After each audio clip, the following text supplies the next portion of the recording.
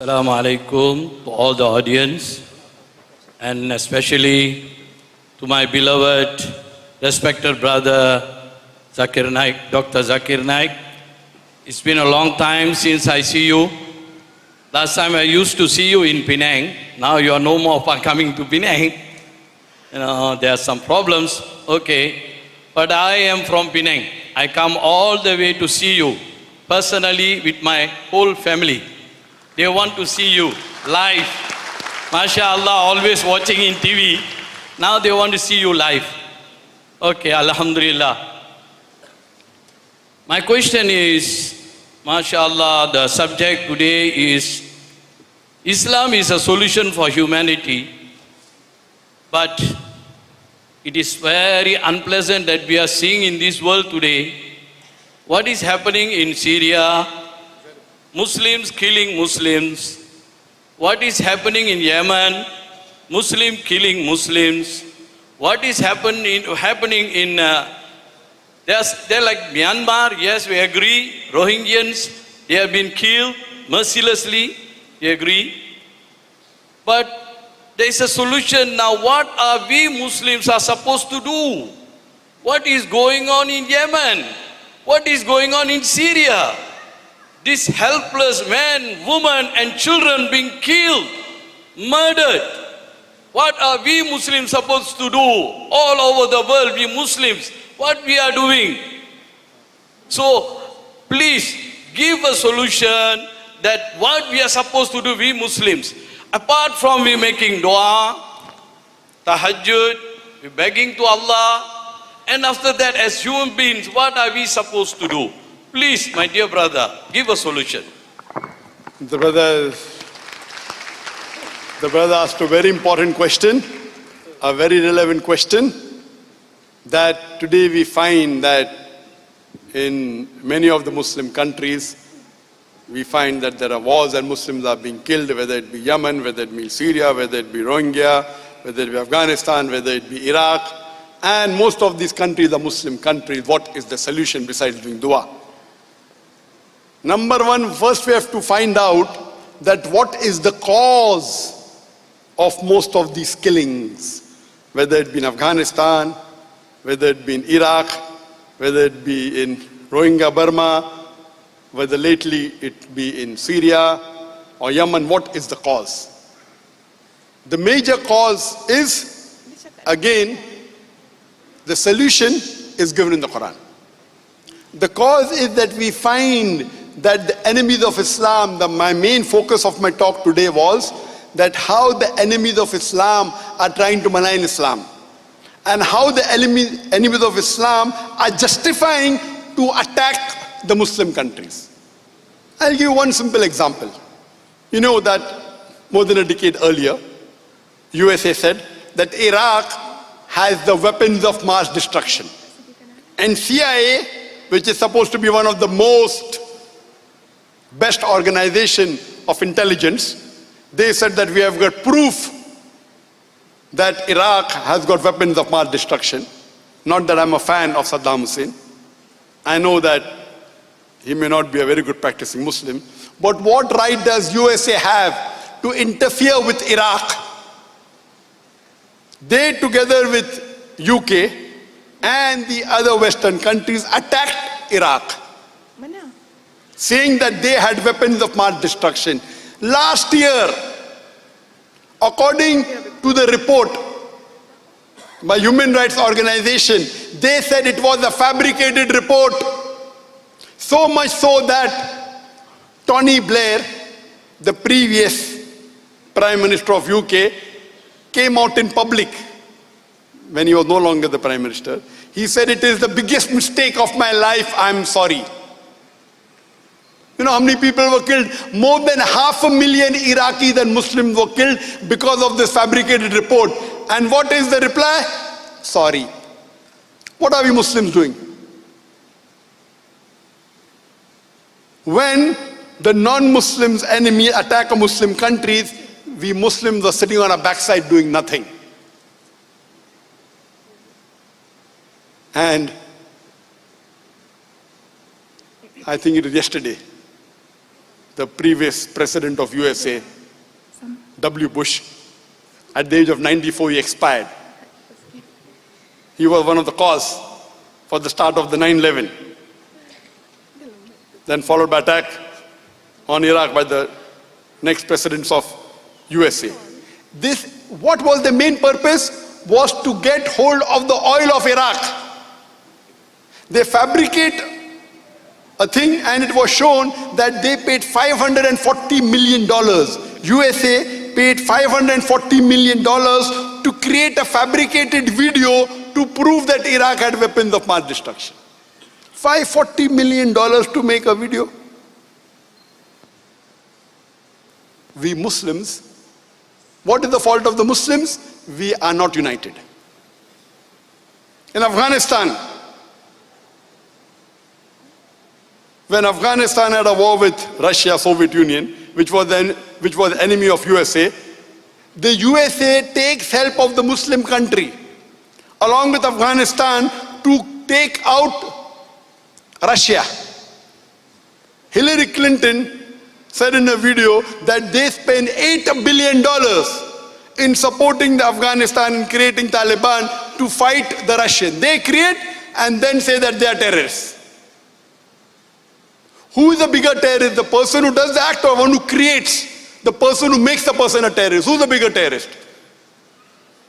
What are we doing? Nothing. They send clusters bomb in the country which is one of the weakest countries in the world, Afghanistan. They send cluster bomb. The bomb goes down and then it disintegrates into various bombs, killing thousands, tens of thousands of Afghani. What did the Muslims do? Nothing. The problem is that we Muslims are united. All these, what you find, all the war zone, when the Muslims are being killed, who is supporting the killing of the Muslims? Non-Muslims. Who's the one who engineered most of the places? You'll find it's a fabricated things created by the enemies of Islam to attack the Muslim country, whether it be for oil, whether it be for money, whether it be for power, whether to attack or destroy the enemies. So previously the biggest enemy of the USA before 9/11 was communism, was Russia. So they joined hands with the Muslim countries to take out Russia. The solution to this problem is given in the glorious Quran, in Surah Imran, chapter number 3, verse number 103, where Allah says, وَاعْتَصِمُوا بِحَبْلِ اللَّهِ جَمِيعًا وَلَا تَفَرَّقُوا. Hold to the rope of Allah strongly and be not divided. The rope of Allah is the glorious Quran and the authentic hadith of Muhammad sallallahu alaihi wasallam. If we Muslims hold strongly to the rope of Allah and the authentic sayings of Muhammad sallallahu alaihi wasallam, we will be on top of the world. If you read the history, before the Quran was revealed, the Arabs were looked down upon. It was called as Yawmil Jahiliyyah, the days of ignorance. After the Quran was revealed, the Arabs became on top of the world. If you read the seerah of Muhammad sallallahu alaihi wasallam and the Khulafa Rashidin, and after that, Muslims were on top of the world. We rule half the world. And people welcomed us. Come to our country so that we get justice. The non-Muslims invited our Khalifas. Why? Because they wanted the unjust rule of their ruler to end. The Westerners say Islam was spread by the sword. Deleuze O'Leary gives the reply in his book on page number 8, Islam at the Crossroad, that people who, Deleuze O'Leary said that history makes it clear that the myth that Islam was spread by the sword is the most absurd, fantastic myth that the historians have ever repeated. It's a myth. At that time, the Muslims were united on the base of Quran and Sunnah. Today, we Muslims are divided. If the Muslim countries, there are more than 50 countries in the world in which majority people living are Muslims. If all the Muslim countries unite, we will be a very strong force. And if we implement the Quran, we will find this is the solution to the problems of humanity. Unfortunately, our beloved Prophet ﷺ said that close to the Qiyamah, we'll find that Muslims will be in large numbers. And we find today more than 25% of the world population are Muslim, and it's going to increase. But they will be like froth. Froth. Far away from the deen. And we find that today. Muslims are going further and further away from the deen. And this you are finding everywhere in the world. The country that we looked on upon, they are sticking to Quran and Sunnah. Today, they are going away from Quran and Sunnah. And the more they will go away from Quran and Sunnah, the more will be degraded. There will be more injustice in that country. Now, hardly there are countries in the world which we can say are Muslim countries that are following Quran and Sunnah. Hardly. So the problem with us Muslims is that we are not united. We are divided. We fight amongst ourselves. If we are united, today we know that previously Muslims were at least united on the issue of Palestine. Today we are divided. There are Muslim countries which are saying no problem that Israel wants to take over the country. What's happened to the Muslim Ummah? The problem is today we Muslims fear more the human beings in this world than fear Allah subhanahu wa ta'ala. Yes, everyone will be judged according to the capacity you have. Everyone has the capacity to do dua. We should do dua, as you mentioned, rightly said. But if someone has the capacity to speak, and if he does not speak, Allah will take over his power of speech. If someone has the capacity to fight and he doesn't fight, Allah will take over his power. You know, today the Muslims, at the time of Muhammad sallallahu alaihi wasallam, we Muslims were poor. What Prophet Muhammad sallallahu alaihi wasallam left behind was the Sahaba, was the Khulfa Rashidin. Today, we Muslims are the richest in the world. We have the black gold, we have the oil, we have the petrol. What are we? Nothing. We have been used as doormats. Wealth is not required for us to follow Quran and Sunnah. And our beloved Prophet Muhammad sallallahu alaihi wasallam said, I will not fear for my own ummah poverty as much I will fear the richness and the wealth.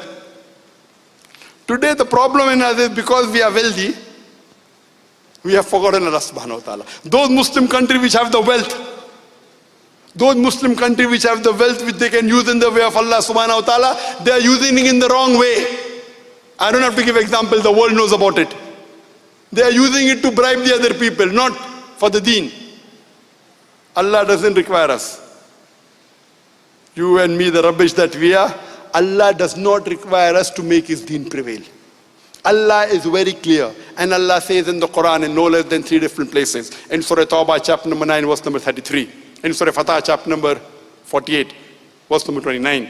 And Surah Saf, chapter number 61, verse number 9, Allah says, هُوَ الَّذِي أَرْسَلَ رَسُولَهُ بِالْهُدَى وَالدِّينِ الْحَقِّ لِيُظْهِرَهُ عَلَى الدِّينِ كُلِّهِ. That Allah sent his messenger with guidance and the religion of truth so that it will prevail over all the other religions, all the isms.